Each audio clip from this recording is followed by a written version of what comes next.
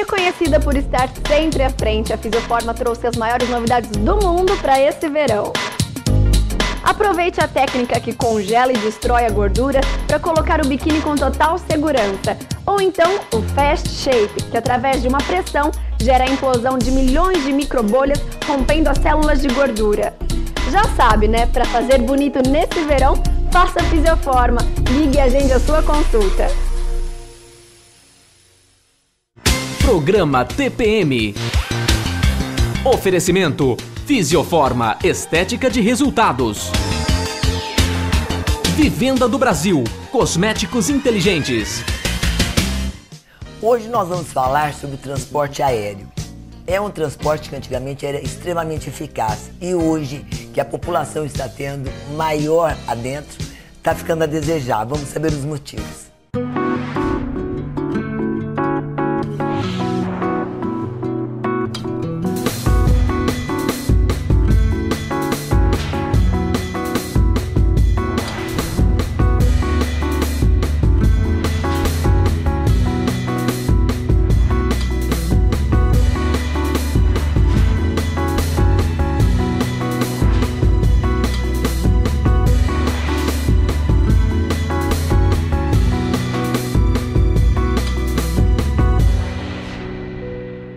Olá pessoal, hoje aqui no nosso programa TPM nós vamos todos embarcar para uma viagem de avião. Olha que maravilha, será mesmo? Você nunca sabe, né, se você está na rodoviária ou você está agora no aeroporto, é verdade. Né? Mas estamos recebendo o advogado Dr. Fábio Mascarenhas, ele que vai nos ajudar a elucidar quais são os nossos direitos aí quando acontece algum transtorno no aeroporto.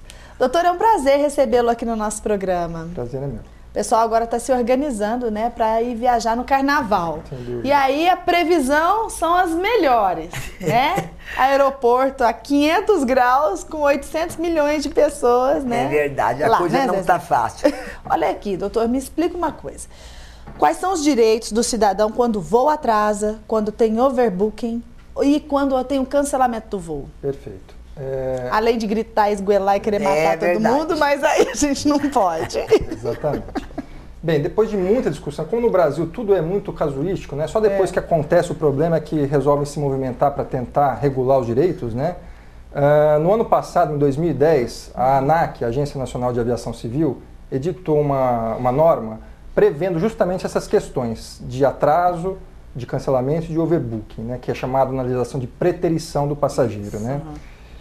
Então, o que acontece? Em caso de atraso, tanto atraso, overbooking, cancelamento, o que se aplica? Depende do tamanho desse atraso. Só que é importante dizer o seguinte, se a companhia aérea já sabe previamente que o voo vai atrasar, ela tem que informar o passageiro pelos meios disponíveis. Inclusive, se o passageiro exigir, a companhia aérea tem que prestar essa declaração por escrito.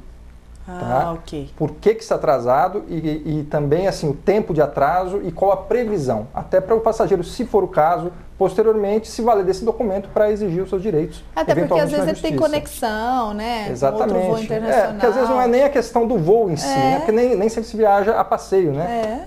Pode perder algum negócio importante. Exatamente. Né? Então, nessa questão de atraso, a ANAC previu o seguinte, quando o atraso é de 1 hora, o passageiro tem direito a algum meio de comunicação, seja telefone ou internet, custeado pela companhia aérea. Se o atraso for de 2 horas, aí ele já tem direito a alimentação adequada, né? Um almoço, um lanche, dependendo do horário do dia. E se o atraso superar 4 horas, ele tem direito ou o reembolso da passagem, caso ele desista, né? O reembolso imediato integral da passagem. Ele tem direito a ser reacomodado em algum voo da própria companhia ou de outra companhia, ou mesmo, dependendo desse atraso superior a 4 horas, ser hospedado, algum tipo de acomodação. Ressalvando que se o passageiro residir no local onde ocorreu o atraso, né, aí a companhia aérea não está obrigada, pela norma da ANAC, a prestar essa acomodação para o passageiro. Né? E isso se aplica tanto em caso de cancelamento, né, lógico que se houver o cancelamento, ele tem a opção também de pedir o reembolso imediato dessa passagem. Agora, no caso, se o passageiro, ou melhor dizendo, vamos inverter, se no caso essa companhia aérea se negar a ressarcir por motivos outros apresentados pelo passageiro, como é que se faz o procedimento para que essa pessoa tem os seus direitos garantidos?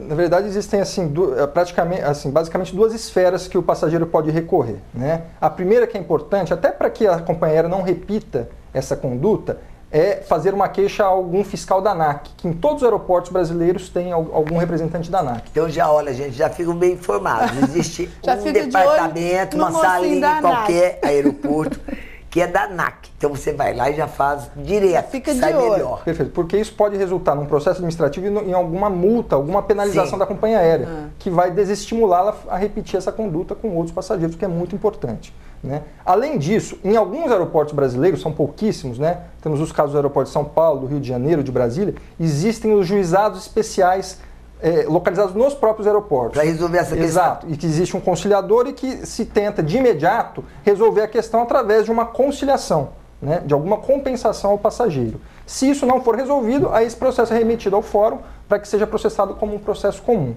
E aí cabe indenização? Sem dúvida.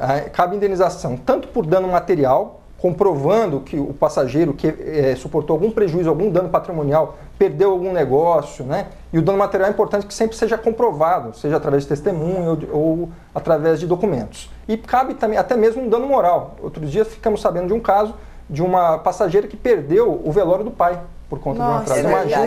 Imagina como não ficou essa pessoa. E aí, como né? é que a indenização se sairia? Então, o dano moral, no Brasil, ele não é assim, não existe uma tarifação dele, né? Depende muito da cabeça do juiz, né? Exatamente, ele vai ver as circunstâncias. Uma sentença. Exatamente. Ele vai ver as circunstâncias do caso, né? A possibilidade da pessoa que causou o dano, né? Vai verificar justamente assim a jurisprudência, né? Mas o Brasil não tem um histórico de indenizações elevadas, né? A título de dano moral. Estava na hora do nosso código mudar e se, né, preocupar um pouquinho mais com os danos morais. Sem dúvida. Ô, gente, o papo tá ótimo, mas agora é o momento da minha patrocinadora Fisioforma. Veja só as novidades.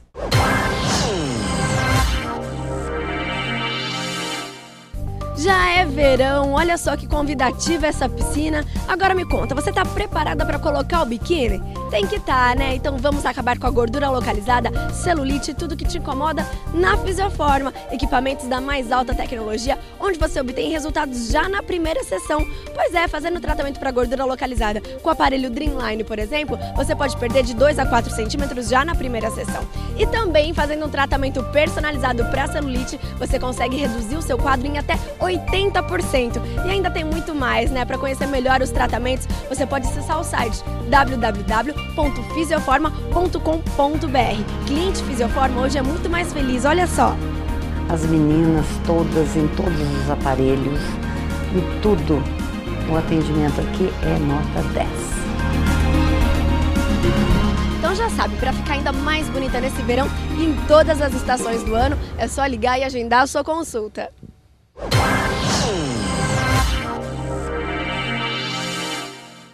O carnaval tá chegando e você tem que estar linda, maravilhosa. Dê uma ligadinha, agende uma consulta que você vai ver que você vai ser a musa, com certeza. Nosso comercial e voltamos já já.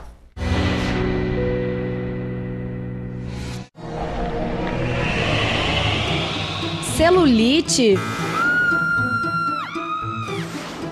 pneuzinhos, estrias. Carnaval chegando e você ainda não está preparada? Obtenha os melhores resultados através de aparelhos sofisticados, seguros e eficientes. Agende já uma consulta na Fisioforma e encontre o tratamento perfeito para você. De volta dos nossos comerciais, estamos recebendo o advogado Dr. Fábio Mascarenhas, que está nos auxiliando, nos ensinando quais são os nossos direitos diante de alguns problemas causados nos aeroportos, por problemas de voo, atraso, overbooking, etc. E o etc, gente, é o tal da bagagem. Ninguém merece, você chega. Aí você passa por tudo isso, aí você chega. Eis que a tua bagagem não chega. Ou quando ela chega... Detonada. Detonation. E aí, nesses casos? Então, que ninguém merece, como no Brasil gente. as coisas são sempre muito peculiares, né?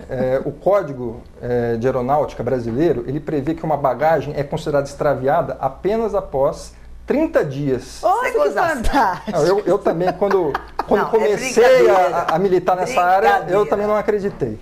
Mas o que ocorre, né? Toda vez que houver um extravio de bagagem, é importante que o passageiro vá, preste sua queixa à companhia aérea e, mais importante do que isso, se houver algum bem de valor, é importante que quando despachar essa bagagem, ele faça um inventário, uma relação.